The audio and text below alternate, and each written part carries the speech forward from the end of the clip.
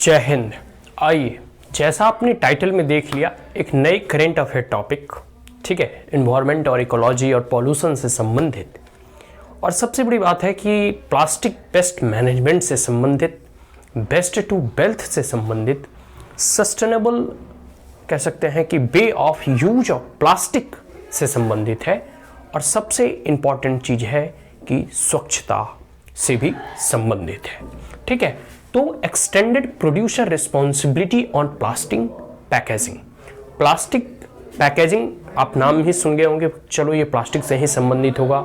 और उसके पैकेजिंग को लेकर सबसे बड़ी बात है कि आप अपने सोसाइटी, आप अपने लोकेलिटी, आप डे टू डे अगर कहीं भी अगर आप पार्क जाएं या मॉर्निंग वॉक में आप जाएं, अगर दिल्ली वगैरह में कहीं भी घूमो, तो आपको हर एक कह सकते हैं कि कुछ ही मीटर में आपको प्लास्टिक के रैपर, पैकेज या कुछ भी मतलब प्लास्टिक से संबंधित ऐसे बेस्ट आपको हर जगह नज़र आएंगे बिखरे हुए, ठीक है। और स्वाभाविक सी बात है कि आप अपने चाइल्डहुड से भी अगर आप अपने मेमोरी को रिवाइव करें तो आप पाएंगे जितने भी टॉफ़ी वगैरह होते थे, ठीक है, वो प्लास्टिक रैपर में ही वो मिलता था, अभी भी मिलते हैं। फिर आप कोई भी अभी सब्जी वगैरह लाने चले जाएं, मतलब कोई भी या फिर स्टॉल या वेंडर से अगर वहाँ से आप सब्जी अगर परचेज करते हैं तो अभी आपको प्लास्टिक के ही एक बैग में जो है वो प्रोवाइड कराता है। आप मोबाइल शॉप चले जाएं या कोई अदर कह सकते हैं कि कह सकते हैं कि आप कपड़े वगैरह का दुकान जो होते हैं आप वहाँ चले जाएं, वो भी आपको प्लास्टिक के बैग में ही जो है आपको अपने क्लॉथ को वो प्रोवाइड कराते हैं। और समथिंग चार्ज भी करते हैं मॉल वगैरह में, 3 रुपीज़ या 2 रुपीज़ फॉर प्लास्टिक बैग। आपको एक उदाहरण देता हूँ मैं, दिल्ली में दो तरह से अगर आप मतलब आप अगर पुष्प विहार साइड रहते हैं, मतलब साकेत वगैरह में, साउथ दिल्ली में, तो वहाँ एक केंद्रीय भंडार है, वहाँ आपको सब्जी मिलता है, दूध वगैरह भी मिलते हैं। तो वहाँ जब आप कुछ सब्जी खरीदने जाएंगे तो वहाँ आपको प्लास्टिक बैग प्रोवाइड नहीं कराया जाएगा, आपको बैग अपने घर से लाना होगा, मतलब थैला वगैरह सब्जी के लिए।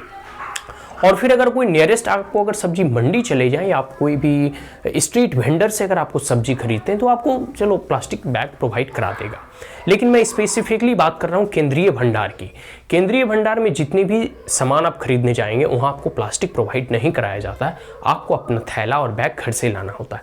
तो वह एक अच्छा ट्रेडिशन है, अच्छा प्रैक्टिस है, जिससे कि प्लास्टिक का मिनिमम यूज और एक प्रकार से नहीं के बराबर यूज होता है। और जहाँ तक हो सके हम इसे मिनिमाइज करते हैं ताकि जो इन्वायरमेंट और वातावरण में प्लास्टिक का दुष्प्रभाव पड़ता है, नेगेटिव इम्पैक्ट पड़ता है, उसे रिड्यूस किया जा सके, ठीक है। अब क्योंकि आप देखोगे प्लास्टिक का हर चीज़ में यूज हो रहा है, आप मोबाइल फ़ोन्स के कवर से लेके आप प्लास्टिक के चेयर, टेबल, बैग्स और बहुत सारे ऐसे हर जगह डे टू डे लाइफ में, इनफैक्ट बुक्स के कवर में भी प्लास्टिक का यूज होता है। तो प्लास्टिक हमारे डे टू डे लाइफ में इस प्रकार का पार्ट एंड पार्सल बन चुका है कि आप उसके बिना अब अपने लाइफ को कह सकते हैं कि सस्टेन नहीं कर सकते हैं या जी नहीं सकते हैं, ठीक है। लेकिन क्या हो अगर इसके दूरगामी परिणाम, लॉन्ग टर्म इफेक्ट बहुत ही नकारात्मक हो, आपको बिलीव नहीं होगा कि समुद्र में मिलियन ऑफ टन्स जो है प्लास्टिक जो है मिक्स होते रहता है डेली और हर साल। और इसके बाद हम जो भी अनाज वगैरह या फूड वगैरह जो खाते हैं उसमें भी ऐसा कहा जाता है कि यमुना या गंगा के वाटर में भी प्लास्टिक के कण जो हैं, मिनी पार्टिकल्स जो है उसमें मिक्स होते हैं। और वो फिर जो है कह सकते हैं ना कि उससे उस वाटर को कहीं अगर विदाउट ट्रीट किए हुए कोई क्रॉप में अगर उसे इरिगेट किया जाता है तो इनडायरेक्टली प्लास्टिक को फिर हम कंज्यूम करते हैं, तो वो हमारे शरीर में निगेटिवली इम्पैक्ट करता है, हमारे हेल्थ उससे जो है उस पर दुष्प्रभाव डालता है। फिर इसके साथ साथ आप कह सकते हैं कि प्रदूषण भी फैलाता है। और शहर की जो स्वच्छता है, दिल्ली वगैरह आप देख लो तो उसकी स्वच्छता भी एक प्रकार से में दूषित करता है या फिर वो स्वच्छता के लिए हानिकारक है। अब इसमें टर्म आता है extended producer responsibility on plastic packaging. किस प्रकार से जो प्लास्टिक के पैकेजिंग को बनाता है, मैन्युफैक्चर करता है और फिर कंज्यूमर में डिस्ट्रीब्यूट करता है, अब उसकी रिस्पॉन्सिबिलिटी होगी, उसकी एक्सटेंडेड रिस्पॉन्सिबिलिटी होगी कि वह प्लास्टिक को दोबारा कंज्यूमर से वापस ले या फिर जहाँ तक हो सके प्लास्टिक के यूज को मिनिमाइज करे या नहीं करे, या उसे रिसाइकिल करे, रीयूज करे और एक प्रकार से उसे एकदम बंद करे। उसके जगह पर कोई अल्टरनेटिव जैसे जूट का बैग हो गया या फिर प्लास्टिक का कोई परमानेंट थैली, जैसे अब पीने का वाटर बोतल है, तो हम उसे यूज कर सकते हैं, क्योंकि वह एक बार नहीं कई बार हम उसे यूज करते हैं। लेकिन अब मान लो कोई कैरी बैग होता है जिसमें हम सब्जी लाते हैं, उसे हम यूज एंड थ्रो, मतलब एक बार यूज करते हैं फिर उसे फेंक देते हैं, तो वह जो है एक प्रकार से हमारे वातावरण पर नकारात्मक प्रभाव डालता है। दूसरी बात है, जैसे हम टेबल और चेयर का यूज करते हैं, तो टेबल और चेयर परमानेंटली हम कई सालों तक उसका प्रयोग करते हैं, और फिर जब वो टूट भी जाता है तो हम कबाड़ी वाले को बेच देते हैं ताकि उसको वो रिसाइकल कर सके, ठीक है। तो वो एक लॉन्ग टर्म यूज है तो वो चल सकता है। लेकिन जो डेली बेसिस पे हम यूज करते हैं, अब जैसे दूध लाते हैं तो दूध प्लास्टिक के बैग में आता है, अब हम उसे फेंक देते हैं। क्या हो अगर उस दूध की थैली को हम दोबारा उसी दुकान में दे दें, और उस दुकानदार फिर वह जिसकी दूध की कैसे जाए, अमूल दूध हो गया, मदर डेयरी दूध हो गया दिल्ली में, वह जो है मदर डेयरी कंपनी फिर से उस प्लास्टिक को रिसाइकल करके और फिर से उसमें दूध सप्लाई करे, तो एक प्रकार से रिसाइकलिंग होगा, तो प्लास्टिक की जो है वेस्टेज नहीं होगा और वातावरण भी स्वच्छ रहेगा, ठीक है। कम जो है खपत पर वही प्लास्टिक को रिसाइकल भी किया जा सकता है, ठीक है। तो यही चीज़ कहा जा रहा है कि extended producer responsibility on plastic packaging. जो भी ऐसी कंपनी, जो भी ऐसी मैन्युफैक्चरिंग यूनिट जो प्लास्टिक के रैपर में या प्लास्टिक के कवर में, या फिर देख दो आप फ्लिपकार्ट, अमेजॉन या कोई भी ऑनलाइन प्लेटफॉर्म से आप एक पिन भी मंगाते हैं तो कई एक प्लास्टिक में वो आपको कवर करके देता है, ठीक है। बीच में तो ये आया था कि नहीं भाई प्लास्टिक के कवर आप नहीं कर सकते हैं, आप सिर्फ कागज़ वगैरह का जो बायोडिग्रेडेबल है, ठीक है, उसके कवर ही आपको दे, तो ये बीच में चला था। लेकिन फिर देख रहा हूँ मैं बीच में कह सकते हैं 1-2 साल तो ऐसा लगा था कि नहीं अब प्लास्टिक के कवर होके नहीं आते, लेकिन फिर से देख रहा हूँ कि प्लास्टिक के कवर में कवर चढ़ा 3-4 कवर चढ़ा के वो भेजते हैं। एक सिंपल सा ईयरफोन मंगाओ या फिर कुछ भी मंगाओ, मोबाइल मंगाओ, तो इतना कवर आप बैंड करके देते हैं, ठीक है। तो वही है कि एक्सटेंडेड प्रोड्यूसर रिस्पॉन्सिबिलिटी, जो इस प्लास्टिक को प्रोड्यूस कर रहा है उसका उसकी एक जिम्मेदारी तय करना होगा कि आप इस प्लास्टिक को जो है प्रोड्यूस करके आप इससे मुनाफा कमाते हैं, लेकिन इससे वातावरण पर जो नकारात्मक प्रभाव पड़ता है इसकी जिम्मेदारी आपकी होगी कि आप उस नकारात्मक और निगेटिव कह सकते हैं इफेक्ट, और जो समाज में वो प्रदूषण फैलाने का काम करता है, स्वच्छता को कह सकते हैं मिटाने का प्रयास करता है, या एक प्रकार से हेल्थ पर जो उसका नेगेटिव इम्पैक्ट पड़ता है। ऐसा कहा जाता है कि जो समुद्र में प्लास्टिक जाता है वह मछली उसे खाती है, और फिर जब हम मछलियों को खाते हैं तो वो हमारे शरीर में जाता है। इसी प्रकार कई एक आप देखोगे जो स्ट्रीट में चाहे गाय या पशु जो चरते रहते हैं वो स्ट्रीट का जो खाना वाना खाते हैं तो वो बहुत सारे प्लास्टिक कंज्यूम कर लेते हैं, जो उसके डाइजेस्टिव सिस्टम पर भी नेगेटिव इम्पैक्ट डालता है। तो ओवरऑल जो हेल्थ है मनुष्य का, ठीक है, उस पर वो एक प्रकार से नकारात्मक जो है उसका प्रभाव होता है। तो एक्सटेंडेड प्रोड्यूसर रिस्पॉन्सिबिलिटी कहने का मतलब वही है, जो प्रोड्यूस कर रहा है उसकी जिम्मेदारी है कि वह प्लास्टिक को कम से कम यूज करे, जहाँ तक हो सके नहीं यूज करे, और अगर यूज भी किया जा रहा है तो उसे दोबारा पोस्ट कंज्यूमर यूज उसे वापस मंगाया जाए, उसे फिर से रिसाइकल और रीयूज करे। और अगर कोई भी वातावरण पर नकारात्मक प्रभाव पड़ता है तो उसे कंपनसेशन देना होगा। आगे है government of India guidelines. Government of India यह गाइडलाइंस इशू की है, ठीक है। तो प्लास्टिक वेस्ट मैनेजमेंट रूल्स 2016, जो 2016 में प्लास्टिक वेस्ट मैनेजमेंट रूल्स बना था, उसके अकॉर्डिंग जो कि अब 1 जुलाई से इसे इफेक्ट में आएगा, मतलब 1 जुलाई से यह इन्फोर्स होगा 2022, मतलब इसी साल से 1 जुलाई से इन्फोर्स होगा, और इसे 3 क्वार्टर में करके इम्प्लीमेंट किया जा रहा है कि एक ही बार आप प्लास्टिक को बैन कर दोगे तो ये काम नहीं चलेगा ना, इसे धीरे धीरे, ताकि तब तक जो है जितने भी प्रोड्यूसर और मैन्युफैक्चरिंग इंडस्ट्री और यूनिट है, they have to find some other alternative instead of using the plastic. Plastic के बदले कोई अदर अल्टरनेटिव उन्हें अब खोजना होगा। तो देखो 4 कैटेगरी रखा गया। पहला है तो है रिजिड प्लास्टिक पैकेजिंग, दूसरा है फ्लेक्सिबल, तीसरा है मल्टीलेयर, चौथा है कैरी बैग। 4 तरह से इसे कैटेगराइज किया गया प्लास्टिक को। आगे है कि गाइडलाइंस में बताया गया है कि reuse, recycle and reduce, recycle and reuse. कहने का मतलब है कि जहाँ तक हो सके कम करें, 3R का फॉर्मूला है, ठीक है। उसमें है कि कम करो, और जहाँ तक हो सके इसे रिसाइकल करो, और जहाँ तक हो सके इसे पुनः दोबारा बार बार यूज करो। इसी टेक्निक के आधार पर जो हम कई बार यह 3R का फॉर्मूला हम आंसर राइटिंग वगैरह में भी हम इसे नोट करते हैं।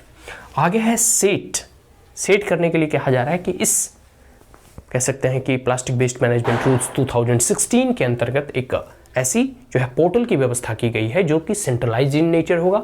Centralised online portal by central pollution control board, CPCB के द्वारा एक सेंट्रलाइज्ड केंद्रित जो है ऑनलाइन पोर्टल होगा जो कि प्लास्टिक से संबंधित इसके रूल्स रेगुलेशन और जो भी चीज़ें हैं, कहाँ तक इसका इम्प्लीमेंटेशन हो रहा है या नहीं, कौन कौन इसके प्रोड्यूसर हैं, इन तमाम चीज़ों से संबंधित इसकी मॉनिटरिंग वगैरह इनके द्वारा की जाएगी। मतलब एक अथॉरिटी को यहाँ गठित करने की बात कही जा रही है, सेटअप करने की बात कही जा रही है। आगे है annual return by the producer, और साथ साथ इसका यह जो अथॉरिटी बैठेगी, ठीक है, सेंट्रलाइज्ड ऑनलाइन पोर्टल के तहत जो है इस पोर्टल के माध्यम से यह जाना जाएगा कि एनुअल रिटर्न कितना हो रहा है प्रोड्यूसर के जरिए। करने का मतलब जो भी प्लास्टिक को प्रोड्यूस करते हैं या जो भी अपने पैकेजिंग वगैरह जैसे अमेजॉन वगैरह, फ्लिपकार्ट, तो जितना वो पैकेजिंग करके भेजते हैं तो वो दोबारा जो है रिटर्न कितना पैकेज को लेते हैं। जैसे अब एनुअल अमेजॉन वगैरह में यह कह दिया जाए कि भाई आपके प्रोडक्ट को तो हम पहुंचा दिए हैं, लेकिन इसकी जो प्लास्टिक की पैकेज है ये आप हमें वापस कर दें। प्लास्टिक में पैकेज इसलिए किया जाता है ताकि वो सुरक्षित रूप से कंज्यूमर को पहुंच सके। अब ऐसा प्रावधान किया जा सकता है कि कंज्यूमर चलो भाई आप अपने प्रोडक्ट ले लो और इसके जो पैकेज है प्लास्टिक है वो हमें वापस कर दो। इसके लिए कुछ अगर 1-2 रुपया कंपनसेशन भी दिया जाता है तो और अच्छा है, ठीक है। तो annual return of the producer कितना रिटर्न करता है इसकी भी इसमें जानकारी होगी। आगे है इंपोर्टर, कितना वह इंपोर्ट करता है, ठीक है। आगे है ब्रांड ओनर, जो भी ब्रांड ओनर है प्लास्टिक वगैरह के, और बेस्ट प्रोसेसिंग, और किस प्रकार से उस प्लास्टिक या फिर जितने भी प्लास्टिक के बेस्ट हैं उसको किस प्रकार से प्रोसेस किया जाता है, ठीक है। ये सारी तमाम चीज़ें जो है इस पोर्टल पे अवेलेबल होंगे। इसे 3 क्वार्टर में सॉर्ट आउट किया जाएगा। पहला क्वार्टर कह रहा है कि 35%, मतलब 2021 से 22 तक 35% प्लास्टिक को कम करना है। दूसरा क्वार्टर कहता है 70%, मतलब 2022 टू 23 70% प्लास्टिक को मिनिमाइज करना हो। तीसरा क्वार्टर कहता है कि 100%, मतलब 2023 से 24 तक, 2024 के बाद जो है प्लास्टिक खत्म हो जाएगा। मतलब बैन, एक प्रकार से ग्रेजुअली इसे बैन करने की बात कही जा रही है और रिड्यूस करने की या घटाने की बात कही जा रही है।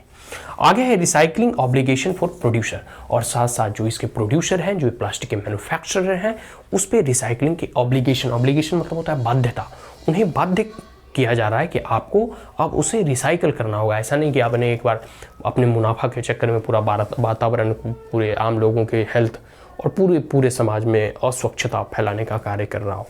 नहीं, आपको समाज के वातावरण और सस्टेनेबली जो है प्रॉफिट भी कमाना होगा, वातावरण को भी देखना होगा, environment, ecology and climate change और इन तमाम चीज़ों को भी आपको साथ लेकर चलना होगा। तो आपकी यह बाध्यता है, आप ऑब्लिग हो कि आप जो है प्रोड्यूस कर रहे हो तो इसे रिसाइकल भी करो। आगे इन्वायरमेंटल कंपनसेशन, और आपके द्वारा प्लास्टिक प्रोड्यूस किया जा रहा है, आप इसे प्रॉफिट कमा रहे हैं। इन दैट केस और कोई भी वातावरण को नुकसान पहुंचता है, अगर पॉल्यूशन होता है, इस परिस्थिति में यू आर लिएबल टू पे द कंपनसेशन, आपको कंपनसेशन पे करना होगा, मुआवजा भत्ता देना होगा। आगे है पॉल्यूटर पे द प्रिंसिपल, यह प्रिंसिपल है कि पॉल्यूटर हैव टू पे नाउ। जैसे हम प्रदूषण नहीं कर रहे हैं और हमारे ऊपर कोई अगर नेगेटिव इम्पैक्ट होता है कोई पॉल्यूशन का, कोई इंडस्ट्री का, जैसे कोई केमिकल इंडस्ट्री है, कोई फैक्ट्री है, उसका प्रॉफिट, उसकी मॉनिटर एक प्रकार से कह सकते हैं उसके द्वारा प्रॉफिट कमाया जाता है जो उस कंपनी को इस्टेब्लिश किया है। लेकिन अगर वो हमारे समाज और हमारे देश के वातावरण को अधिक नुकसान पहुंचाता है तो उसके इर्द गिर्द रह रहे लोग, उससे अधिक अगर उसके हेल्थ पर नकारात्मक प्रभाव पड़ता है तो उसकी ही जिम्मेदारी बनती है कि अब जो है उस जो फैक्ट्री ऑनर है उसे भरपाई करे उसका, और एक प्रकार से उसको पे करे ताकि उन्हें कंपनसेट किया जा सके। आगे है सर्टिफिकेट सेल एंड परचेज, और जो भी प्लास्टिक का सेल एंड परचेज करेगा उन्हें सर्टिफिकेट लेना होगा। एक प्रकार से मॉनिटरिंग करने का प्रयास इसी के द्वारा किया जाएगा कि कोई भी व्यक्ति विदाउट सर्टिफाइड प्लास्टिक का सेल और परचेज नहीं कर सकता है। आगे है इसकी सिग्निफिकेंस को जान लेते हैं। सबसे बड़ी बात है कि यह एक रोड मैप प्रोवाइड कराता है कि हम प्लास्टिक को कैसे मिसयूज होने से बचाएं और किस प्रकार से हम इसका प्रॉपर और वाइजली यूज करें। तो ये एक प्रकार से रोड मैप और डायरेक्शन देने का प्रयास करता है।